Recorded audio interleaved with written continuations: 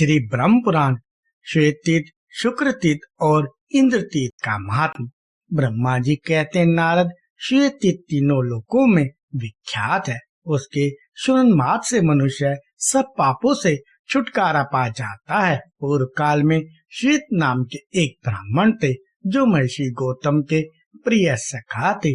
वे गोदावरी के तट पर रहकर अतिथियों के स्वागत सत्कार में लगे रहते और मनमानी तथा क्रिया द्वारा भगवान शिव का भजन करते थे। वे सदा भगवान सदाशिव की पूजा और ध्यान करते रहते थे। शिव के भजन में ही उनकी आयु पूरी हो गई। तब यमराज के दूत उन्हें ले जाने के लिए आए, परंतु नारद जी वे ब्राह्मण देवता के घर में प्रवेश न कर सके। जब ब्राह्मण की मृत्यु का समय व्यतीत हो गया, तब चित्रक ने मृत्यु से पूछा, मृत्यु, श्वेत का जीवन समाप्त हो चुका है, वे अब तक क्यों नहीं आया? तुम्हारे दूत भी अभी तक नहीं लौटे, ऐसा होना उचित नहीं। यह सुनकर मृत्यु को बड़ा क्रोध हुआ और वे स्वयं श्वेत के घर पर पधारे। उनके दूत भयभीत होकर बाहर ही खड़े थे। उन्हें देखकर मृत्यु ने पूछा, दूतों, यह क्या बात है? दूत बोले, श्वेत भगवान शिव के द्वारा सुरक्षित है। हम उनकी ओर आंख उठाकर देख भी नहीं सकते। जिनके ऊपर भगवान शंकर प्रसन्न हो जाएं, उन्हें भय कैसा? तब मृत्यु ने अपना फंदा हाथ में लेकर स्वयं ही ब्राह्मण के घर में प्रवेश किया।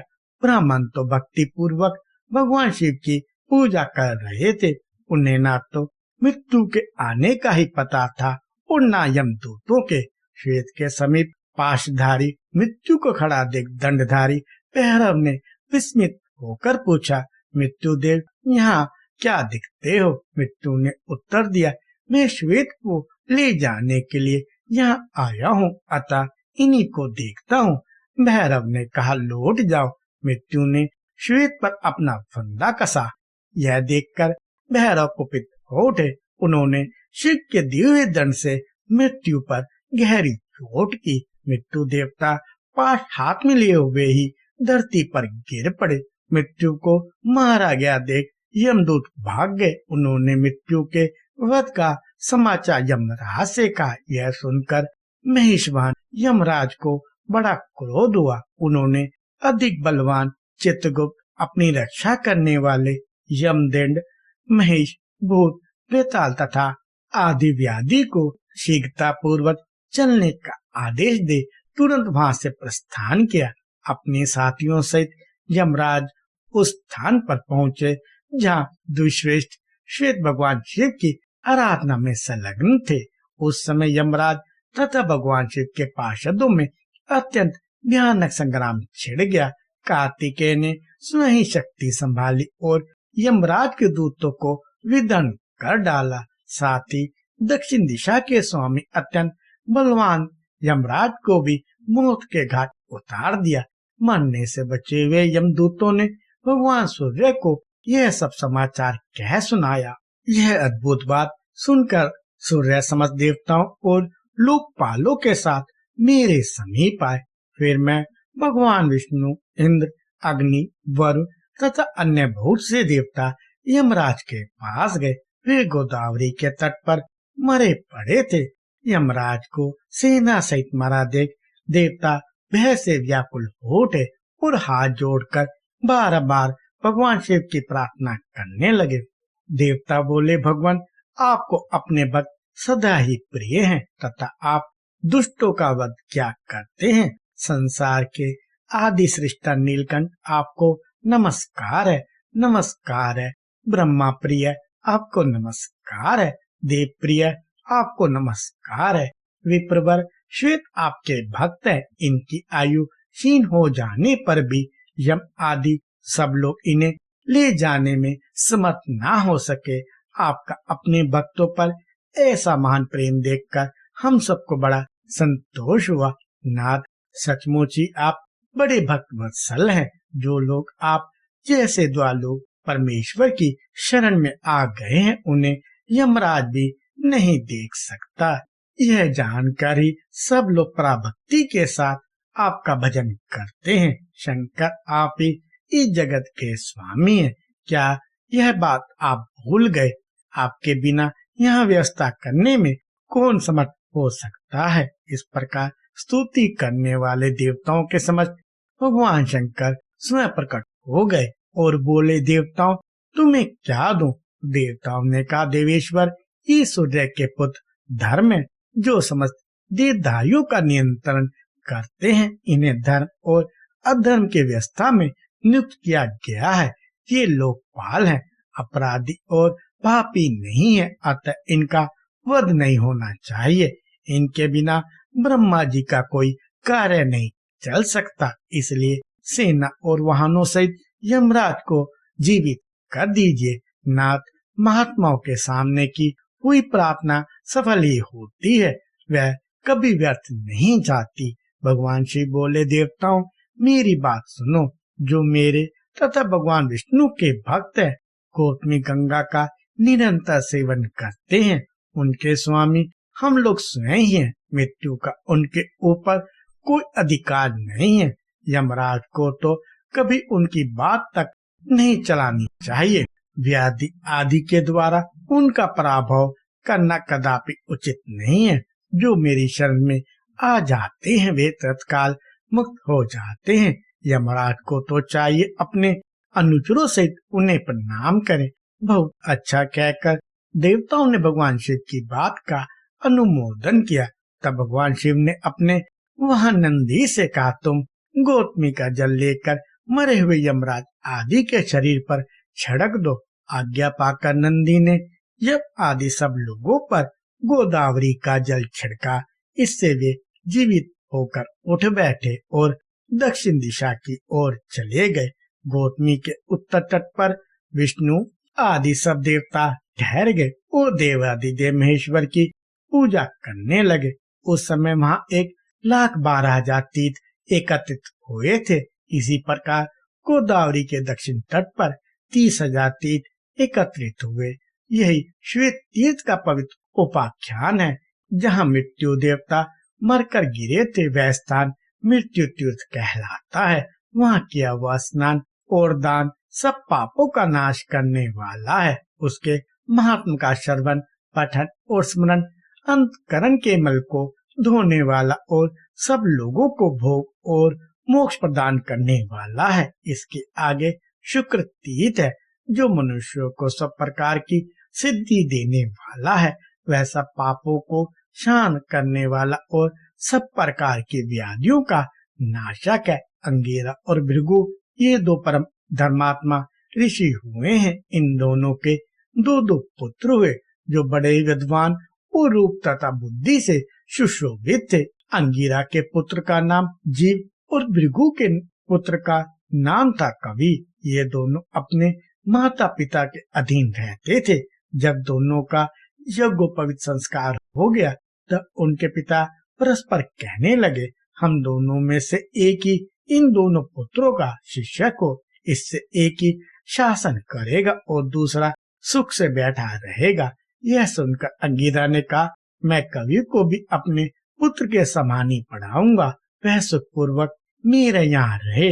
अंगिरा की बात सुनकर भृगु ने कहा, ठीक है, और उन्होंने अपने पुत्र शुक्र को अंगिरा की सेवा में सौंप दिया। परंतु अंगिरा उन दोनों बालकों के विषम बुद्धि रखते थे, इसलिए दोनों को पृथक पृथक पढ़ाते थे। बहुत दिनों तक किसी प्रकार चलता रहा। एक दिन शुक्र ने कहा, गुरुदेव, आप मुझे प्रतिदिन विषम भाव से पढ़ाते हैं और गुरुओं के लिए यह उचित नहीं है कि वे पुत्र और शिष्य में भेदभाव समझे। जो लोग विषम बुद्धि रखते हैं उनके पाप की कोई गणना नहीं है। आचार्य, अब मैंने आपको अच्छी तरह समझ लिया। आपको बारंबार नमस्कार करता हूँ। अब दूसरे किसी गुरु के यहाँ जाऊंगा, मुझे जाने की आज्ञा दीजिए। इस प्रकार गुरु और बृहस्पति से पूछकर उनकी आज्ञा ले शुक्र चले गए। उन्होंने सोचा, अब पूर्ण विद्या प्राप्त करके ही पिता के पास चलूं, किंतु किससे पूछूं, कौन सबसे श्रेष्ठ गुरु हो सकता है। इन्हीं सब बातों का विचार करते हुए शुक्र ने महाप्राज्ञ गौतम के पास जाकर पूछा, मुनि श्रेष्ठ, बताइए कौन मेरा गुरु हो सकता है? जो तीनों लोकों का गुरु हो, उसी के पास मैं जाऊंगा। गौतम ने कहा, जगत गुरु भगवान शंकर ही गुरु होने योग्य हैं। शुक्र ने पूछा, मैं कहाँ रहकर शंकर जी की आराधना करूं? गौतम बोले, गौतमी गंगा में स्नान करके पवित्र स्रोतों द्वारा भगवान शंकर को संतुष्ट करो। संतुष्ट होने पर वे जगदीश्वर तुम्हें विद्या प्रदान करेंगे। गौतम के कहने से शुक्र गोदावरी के तट पर गए और वहां स्नान करके पवित्र भगवान शिव की स्तुति करने लगे। शुक्र बोले, प्रभु मैं बालक हूँ, मेरी बुद्धि बालक की ही है और आप बाल चंद्रमा को मस्तक पर धारण करने वाले हैं। मुझे आपकी स्तुति करने का कुछ भी ज्ञान नहीं है, केवल आपको नमस्कार करता हूँ। गुरु ने मुझे त्याग दिया है, मेरा कोई सुहृद अथवा सखा नहीं है। आप ही सब प्रकार से मेरे प्रभु हैं। जगन्नाथ, आपको नमस्कार है। आप गुरु वालों के भी गुरु और बड़ों के भी बड़े हैं। मैं छोटा बालक हूँ, मुझ पर कृपा कीजिए। जगन में आपको नमस्कार है। सुरेश्वर, मैं विद्या के लिए आपकी शरण में आया हूँ। मुझे आपके स्वरूप का कुछ भी ज्ञान नहीं है। आप स्वयं कृपा करके मेरी ओर देखे। लोक साक्षी शिव, आपको नमस्कार है।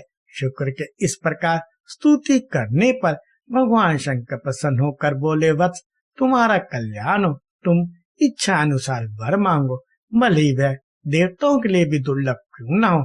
उदार बुद्धि कवि ने भी हाथ जोड़कर कहा, नाथ, ब्रह्मा आदि देवताओं तथा ऋषियों को भी जो विद्या नहीं प्राप्त हुई है, उसके लिए मैं याचना करता हूँ।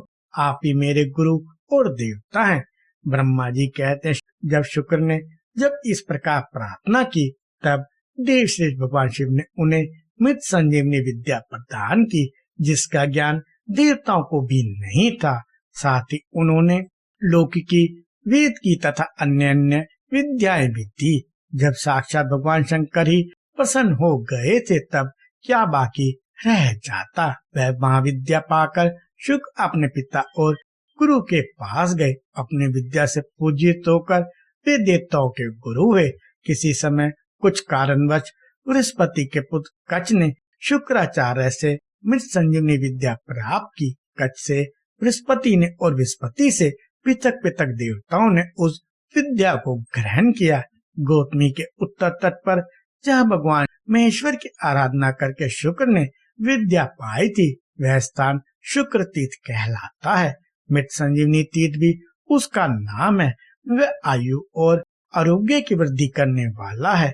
वहाँ स्नान, दान आदि जो कुछ भी शुभ कर्म किया जाता है, वह अक्षय पुण्य देने वाला होता है। शुक्र तीर्थ के बाद इंद्र तीर्थ है। वह ब्रह्म हत्या का विनाश करने वाला है। उसके स्मरण मात्र से पाप राशि तथा क्लेश समुदाय का नाश हो जाता है। नारद, पूर्व काल की बात है, जब इंद्र ने वृत्रासुर का वध किया, तब ब्रह्महत्या उनके पीछे लग गई।